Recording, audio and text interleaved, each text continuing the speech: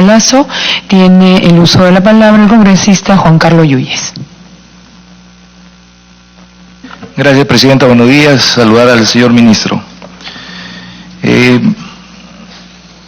Yo tenía algunas incógnitas que de repente el señor ministro podría, digamos, en algún momento también orientar a los gobiernos regionales y gobiernos locales. Por ejemplo, estamos hablando de querer cerrar brechas y tomo la diapositiva número 17, donde yo coincido también con usted en cuanto al fortalecer los aspectos microeconómicos para ser competitivos, ¿no? Tanto del Plan Nacional de Competitividad, el Plan Nacional de Infraestructura y las políticas sectoriales de eliminación de los cuellos de botella, que es importante.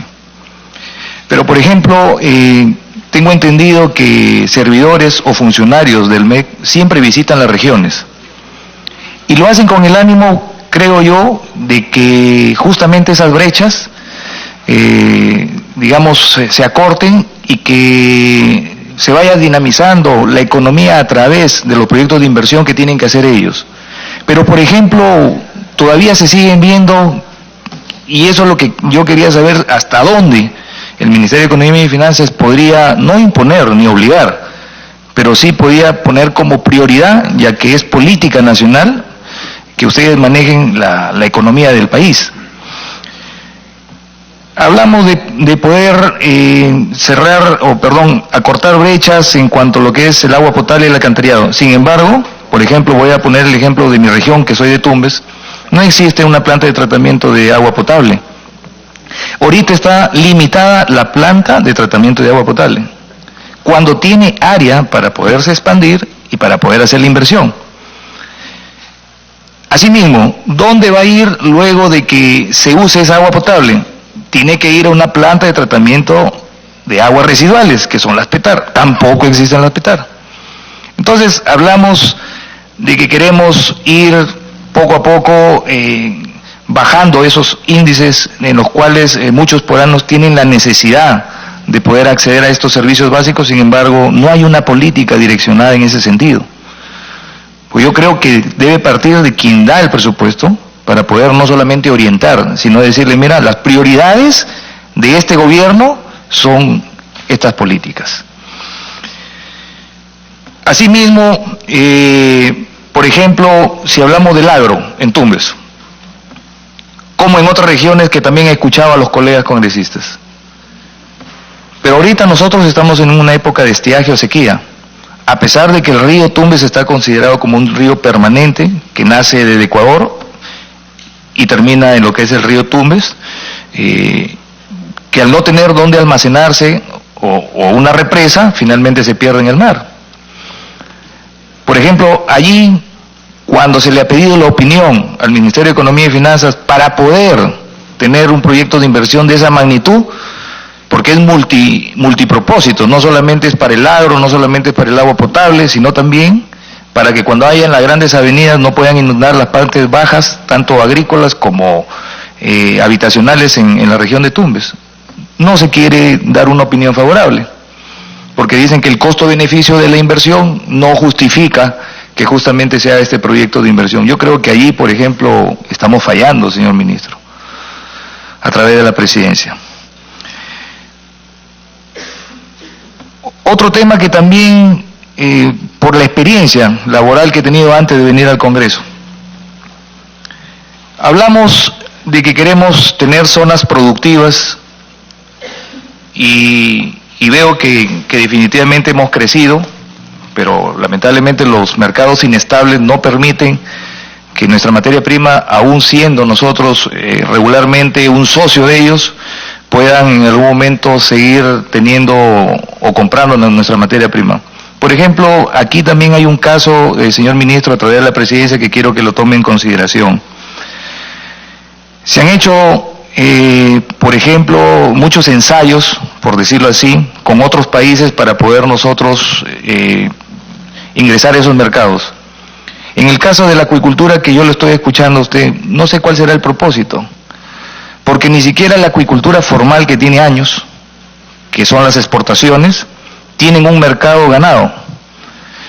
Y le digo porque se dijo entre bombos y platillos y en aplausos de que nosotros ya habíamos obtenido de que podamos ingresar al mercado chino. Eso no es cierto. ¿Y quiénes están negociando allí para ingresar al mercado chino? No lo sé.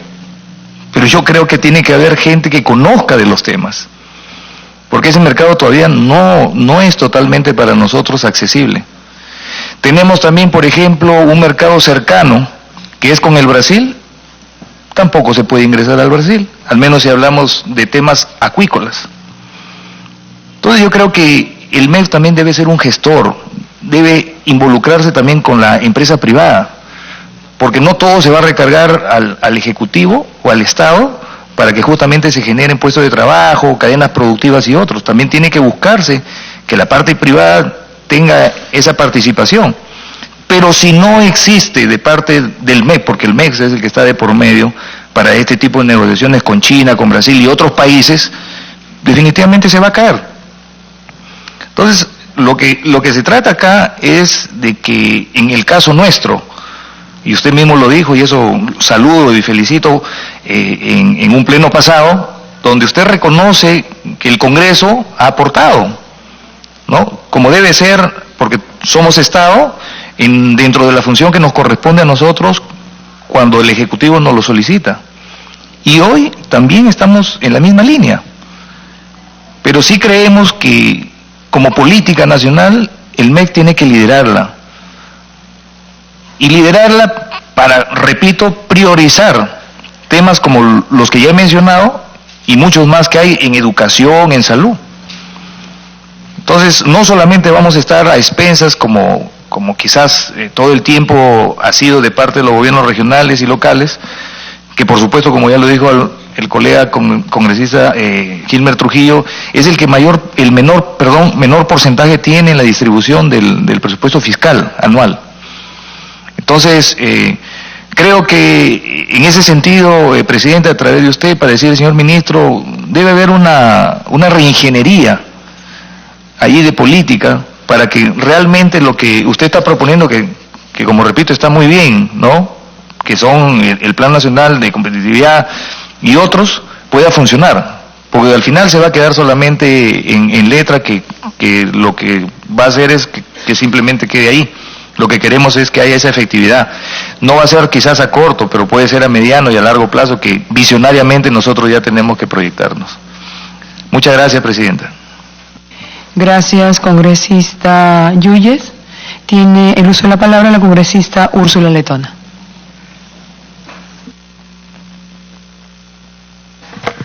Gracias, presidenta. Saludar por su intermedio al señor ministro de Economía. Dos consultas, presidenta, específicamente sobre el marco macroeconómico. He escuchado, y ojalá el ministro nos dijera que ha escuchado mal, que el presidente del Consejo de Ministros ha señalado, lo voy a citar textual según declaraciones a la prensa, que no nos debemos acostumbrar a tener estabilidad macroeconómica, ya que esta debe dejar de ser una prioridad. Creo yo que una de las mayores ventajas del modelo económico ha sido la posibilidad de mantener estabilidad macroeconómica. Perú ha sido reconocido mundialmente por el Foro Económico Mundial como uno de los países que mejor manejo macroeconómico ha tenido. Entonces, quiero saber si el ministro, a través suyo, presidente, nos puede traducir a qué se refiere el premier, o si estas declaraciones que yo he leído en las redes sociales son inexactas. En la misma lógica, presidenta, hemos visto que en la presentación que nos han alcanzado se estima que los riesgos financieros por stock de pasivos contingentes en el marco macroeconómico, en el tema denominado contingencias fiscales, hay cerca del 10.22% del PBI, aproximadamente 79.000 millones de soles por procesos judiciales. Hay 51.000 millones por procesos administrativos y arbitrajes, 17.000 millones por contingencias de contratos de APP. Entonces,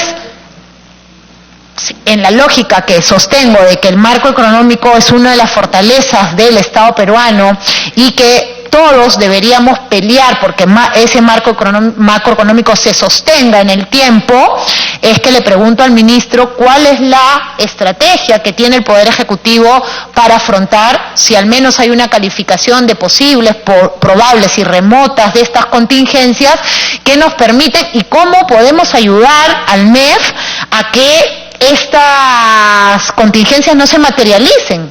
Porque nuevamente, Presidenta, de acuerdo a la exposición, estamos hablando de aproximadamente 79.000 millones.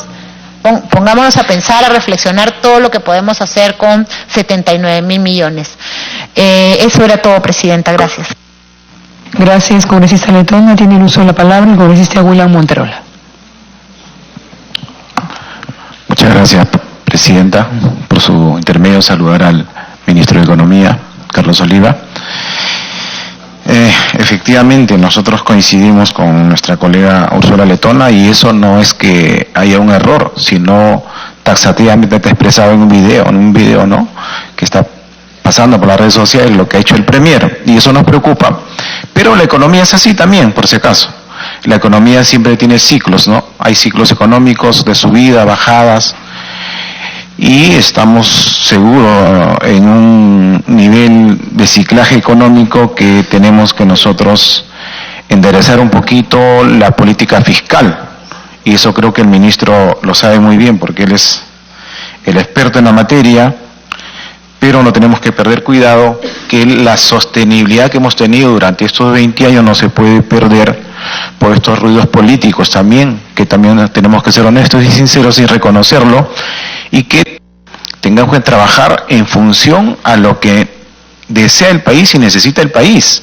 Yo creo que los políticos tenemos que reflexionar, ¿no? Exhortamos al Poder Ejecutivo, exhortamos a todos los poderes del Estado para poder lograr consensuar y trabajar en esa política y agenda país que nos necesita a todos unidos y con carácter de urgencia.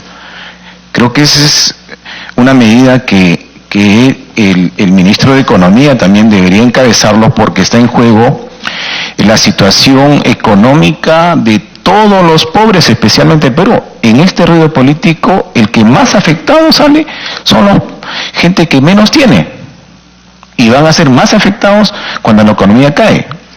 He escuchado a muchos economistas decir que no ha caído la economía. Sí ha caído la economía. El que le habla representa un sector textil y confecciones y ha caído 15%. En general es un 8%.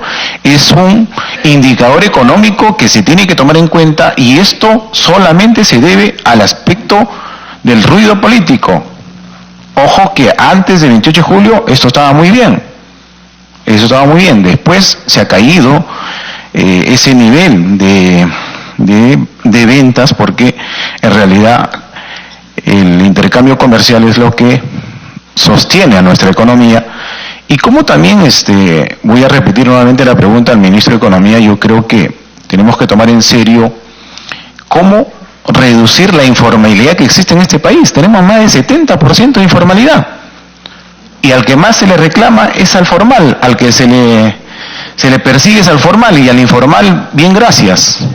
Tiene que haber una política clara, una política pública clara, no solamente con incentivos, sino políticas claras de cómo combatir esa informalidad que hace muchísimo daño al país, y ellos son los que menos contribuyen.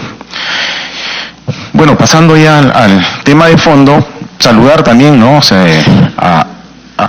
al ministro por la presentación. Asimismo, me voy a referir lo mismo que algún colega congresista de la página 17, los factores que aceleran nuestro crecimiento en los últimos años, ya que no son suficientes para crecer sosteniblemente. Usted habla acá, estabilidad macroeconómica, integración con el resto del mundo, ambiente amigable a la inversión, y sí, es fundamental fortalecer los aspectos microeconómicos para ser competitivos, y nos habla del Plan Nacional de Competitividad y Productividad. Y para ello tenemos que tener nosotros el Plan Nacional también de Infraestructura y Competitividad. En este aspecto, esperamos que este plan se apruebe, estoy seguro, nosotros vamos a apoyar ello, pero el próximo gobierno que llegue, espero que lo continúe. Lamentablemente, históricamente vemos que los gobiernos llegan y cambian todo. Entonces, ¿cómo garantizamos que este plan de infraestructura para la competitividad o plan nacional de competitividad y productividad sea sostenible en el tiempo? Yo creo que tiene que haber un compromiso y por ahí va la idea de que tiene que haber un acuerdo, pues un acuerdo nacional, tipo el acuerdo de la Moncloa, o de esa época, para poder lograr que unidos todos los técnicos, las fuerzas políticas, sin excepción, se pongan de acuerdo y trabajemos un plan nacional de desarrollo y que esto vaya avalado con esto que se va a aprobar próximamente. Si no, no vamos a ir sin norte, estamos caminando solamente mirando el árbol, no mirando el bosque. Lamentablemente hemos estado caminando hasta el día de hoy mirando el árbol y no el bosque. Y el bosque creo que es el futuro. Y este plan creo que nos está llevando a ese camino de mirar el país en toda su extensión. Y ahí voy a referirme a lo que algunos colegas también han mencionado. ¿Cómo es posible que haya distritos en mi región, por ejemplo, el que les habla representa la región Huancavelica, hay más de 40 distritos que tienen un presupuesto de 20.000 soles? ¿Qué van a hacer ni para pagar las planillas, ministro? O sea, traslade de la Premier esta preocupación. ¿Cómo hacemos? El proceso de descentralización, lamentablemente, para mí, opinión personal, ha sido un fracaso. Eso tiene que buscarse que reestructurar. No es posible que sigamos nosotros atomizando el país. Municipalidades que no cuentan ni siquiera presupuesto para pagarse las cuentas administrativas de ellos mismos y tienen que venir a los despachos nuestros, seguro que a todos los ministerios, para que le den presupuesto, para que haga alguna obra y reduzca las brechas que existen en los diferentes sectores. Eso es una realidad. ¿Cómo cambiamos esa realidad de ahora hacia adelante? Eso no lo vemos, pero esperamos que haya una propuesta también en ese sentido. Habla también acá al final, dice, políticas sectoriales y eliminación de los cuellos de botellas. Los cuellos de botella vienen justamente por la inacción del Poder Ejecutivo. Tenemos carreteras atrasadas que son corredores económicos, las longitudinales, que están atrasados no de este quinquenio de gobierno, desde el quinquenio de gobierno pasado. ¿Cómo logramos nosotros, como dijo el congresista de Junín, cómo logramos nosotros sacar adelante la carretera central, que hasta ahora no se puede hacer nada? Las auxiliares tampoco. ¿Por qué? Porque todos tienen problemas, tienen algún problema. La longitudinal 4, por inversión, desde el quinquenio gobierno pasado hasta que lo licita y hasta el día de hoy no se ha hecho realidad la licitación. Específicamente me refiero, por ejemplo, a la ruta de Iscuchaca, Anco, Mayos, que son como casi 100 kilómetros y por ello no existe un corredor económico obvio. Y miles de muertes que han pasado por ahí y sin embargo no se soluciona el problema. Otro corredor económico, para referirme solamente a mi región, corredor económico que nos une a las tres regiones, a la selva, la costa y la sierra, la de Chincha hacia Huancavelica, Huancavelica hacia Ayacucho, San Francisco, que nos une con Junín, nos une con Ayacucho, con Apurímac, con la selva, con Ica, con Lima. Es un corredor económico que también está postergado en concluir sus expedientes. ¿Cómo hacemos posible que esta política sectorial y eliminación del cuello de botella, y ahí recién vamos a ver la sostenibilidad de la economía de nuestro país? Porque si dinamiza, se activa el círculo virtuoso que hoy puede estar paralizado. Pero si nosotros tomamos decisiones firmes, nos ponemos de acuerdo y trabajamos en función al que menos tiene, porque el más perjudicado en estos momentos, el que menos tiene, señora Presidenta, por el ministro de Economía.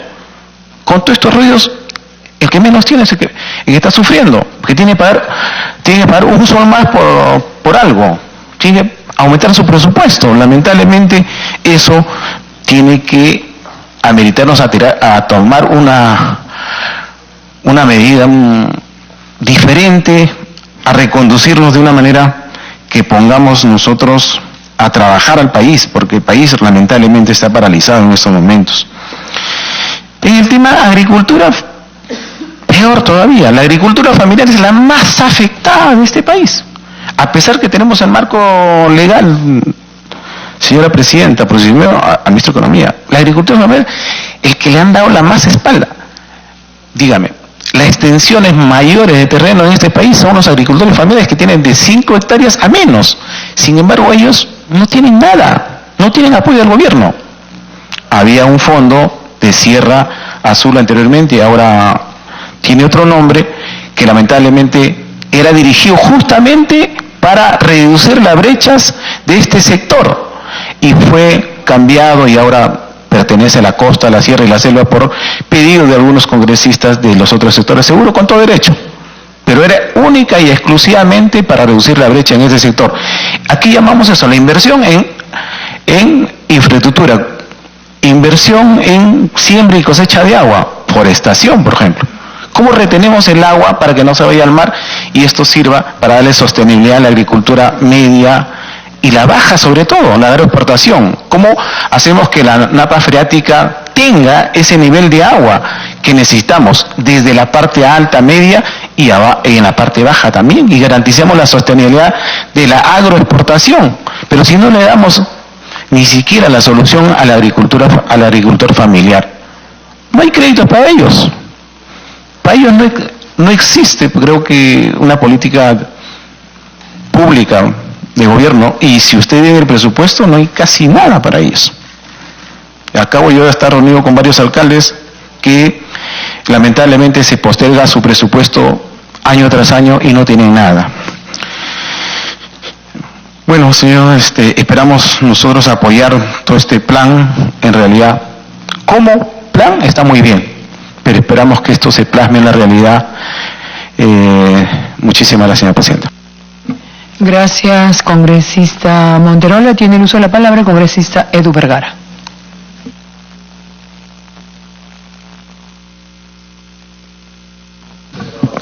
Gracias, presidenta. Saludar al ministro y a su equipo. Ministro, el reto que debemos afrontar, como bien lo ha dicho usted el día de ayer, es cómo atraer a los mejores funcionarios al servicio público. Y eso debe partir primero hay que sincerar las remuneraciones de los servidores públicos.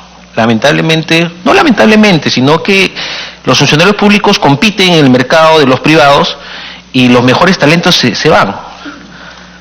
Tenemos que empezar a sincerar eso. Tenemos que reducir los 15 regímenes laborales que existen en el Estado. Y además hay una cierta informalidad en el Estado, porque el CAS es una manera de informalidad. Tenemos que parar eso. Para que eso ocurra, ministro, tenemos que fortalecer servir. La alta rotación como lo dijo usted, en los gobiernos regionales, municipales y en los propios ministerios es más del 100%. Atraemos a buenos cuadros, jóvenes que se van formando, llegan a 9, 12 meses y los rotamos. Tenemos que comprar, el Estado peruano no solamente tiene que retener a lo mejor de lo mejor, sino tenemos que comprar de mejor calidad. Para que eso ocurra tiene que tener buenos cuadros. Lamentablemente en nuestros gobiernos regionales, municipales, hay un cierto divorcio con el MEF. Muchos de nuestros alcaldes tienen que venir todos los meses al MEF. Hagamos lo siguiente, ¿por qué no hacemos que el MEF vaya con esos equipos de delivery que ayer también lo propuse? En el MEF hay buenos cuadros, pero me parece que son cuadros que han estudiado bien, que tienen buena formación, pero la calle a veces se contrapone a esos conceptos que nos han enseñado en la universidad, ministro. Otra cosa, ministro, ¿por qué no hacemos una central de riesgo de proveedores? Tenemos que comprar mejor. Cuando un proveedor pierde la licitación, este proveedor le hace una denuncia al que dio la buena pro. Entonces, como el funcionario público cuando deje de trabajar va a tener 10 juicios. Y como ya no trabaja, lo poco que ganó se va a gastar en esos juicios eternamente. Tenemos que proteger a nuestros funcionarios públicos. No es posible que un profesor, una enfermera, una obstetriz esté gastando su remuneración sea partida, ¿no? ¿Cuesta sincerar ese monto? Por supuesto. Pero tenemos que partir a darles estabilidad. Un profesor no puede hacer otros cachuelos. No puede ser profesor en la mañana y en la tarde trabajar, dar clases particulares. El profesor tiene que ser lo mejor de lo mejor. Tiene que estar centrado en la clase que va a dictar toda la semana. Tiene que prepararse. Pero con esos sueldos, sé que se está haciendo un trabajo bueno, ¿eh? Se está aumentando los sueldos, eso es evidente. Pero tenemos que mejorar. Tenemos que mejorar en la calidad del gasto, ministro. Tenemos plata. Según el Instituto Peruano de Economía, la ineficiencia del gasto público en salarios cuesta 2.500 millones al año. Entonces, un costo-beneficio, mejor sinceremos, fortalezcamos el servir. Ahora, una cosa, ministro, hay un presupuesto para las instituciones que van a entrar, del servicio civil, que van a estar, que están en proceso transitorio, ¿sí? Que hay que fortalecer. El Congreso también ha hecho, lamentablemente tomamos algunas decisiones no tan buenas referido a sacar algunas instituciones del servir. Tenemos que tener una línea de carrera del servir, para que cuando entre un gobernador tenga un equipo que ya tenga una cierta preparación, para que no cambien, porque se frena. Hay una línea de aprendizaje, todos tenemos una línea de aprendizaje. Empiezas ya cuando está maduro, ya conoces el tema, te cambia. Y eso va a ocurrir también acá en el Congreso, por la no reelección de congresistas. Vamos a empezar de cero nuevamente, y eso en ninguna parte del mundo es bueno. Tenemos que mantener esa línea de carrera. Ministro, yo le quería volver a decir, ministro, aquí en la Comisión de Economía y la Comisión acá, véanos como un aliado. En lo que podamos trabajar juntos, ministro, que es lo mejor para el país. Nosotros le tendemos la mano, ministro, para poder trabajar juntos, y además eso ni siquiera lo deberíamos decir, es nuestro rol, es nuestra función, para eso nos han elegido, para que luego de acá 5 años, espero, dejemos un mejor país, fortalecido en esta línea de carrera que usted lo dijo bien claramente, saneado los sueldos, reducir esos regímenes laborales que tiene el Estado y hacer esa línea de carrera del servidor público, que nuestros profesores, enfermeras ganen bien, que se sientan orgullosos de pertenecer a nuestro país o al servicio, que trabaje en el sector público. Gracias, ministro. Gracias, presidenta. Gracias, congresista Vergara. Tiene el uso de la palabra el congresista Martínez Lizana. Muchas gracias, presidenta. Saludos al señor ministro y a los colegas. Cuando inició el señor ministro a través de la presidencia, la Contraloría General de la República, lo gobernábamos, teníamos miedo. Decía, viene la Contraloría del Cuco. En realidad, era así. Pero como hemos visto con la experiencia ahora, por ejemplo, en el tema de reconstrucción con la Contraloría, el control permanente, el control concurrente, somos amigos, nos ayuda, soluciona problemas.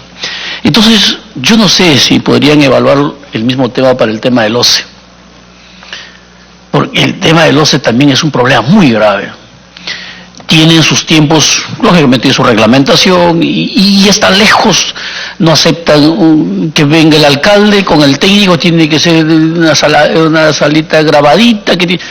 ¿Por qué? Si tiene que ser mi amigo, el alcalde tiene que ser el que tiene problemas, aparte que hay profesionales que llevan por ejemplo, yo te hablo de las municipalidades rurales del país. ¿Quiénes van por 2.500 soles a ser gerentes en una zona altoandina? Los que, ya usted se imaginará. ¿Quién va de ingeniero técnico, jefe de la DIDU a una municipalidad, una DIDU que es en las zonas rurales? ¿Por 2.000? 1.800 ahí, alcalde, llamando, gana el jefe Presidenta, si lo tiene bien. Con todo gusto. Tiene la intervención el congresista Vergara. Gracias, presidenta. Sobre el tema, ministro, no podemos tener un alcalde que gana 2.500 soles y maneja 150 millones. Eso es de locos. Tenemos que pagar bien a nuestros funcionarios públicos para que ellos, y también tenemos que buscar alguna manera para que la gente que acompaña a nuestros gobiernos regionales sea gente buena, que pasen un filtro especial para que no llamen al primo, al amigo, ¿no? Que tenga unas credenciales, gente, o sea, hay que promover que las personas buenas, capacitadas, ingresen al servicio público. Gracias, congresista. Gracias, congresista Vergara. Puede continuar, congresista Martínez. Una interrupción al Con todo gusto, congresista Trujillo tiene el uso de la palabra. Sí, gracias, congresista Lizana.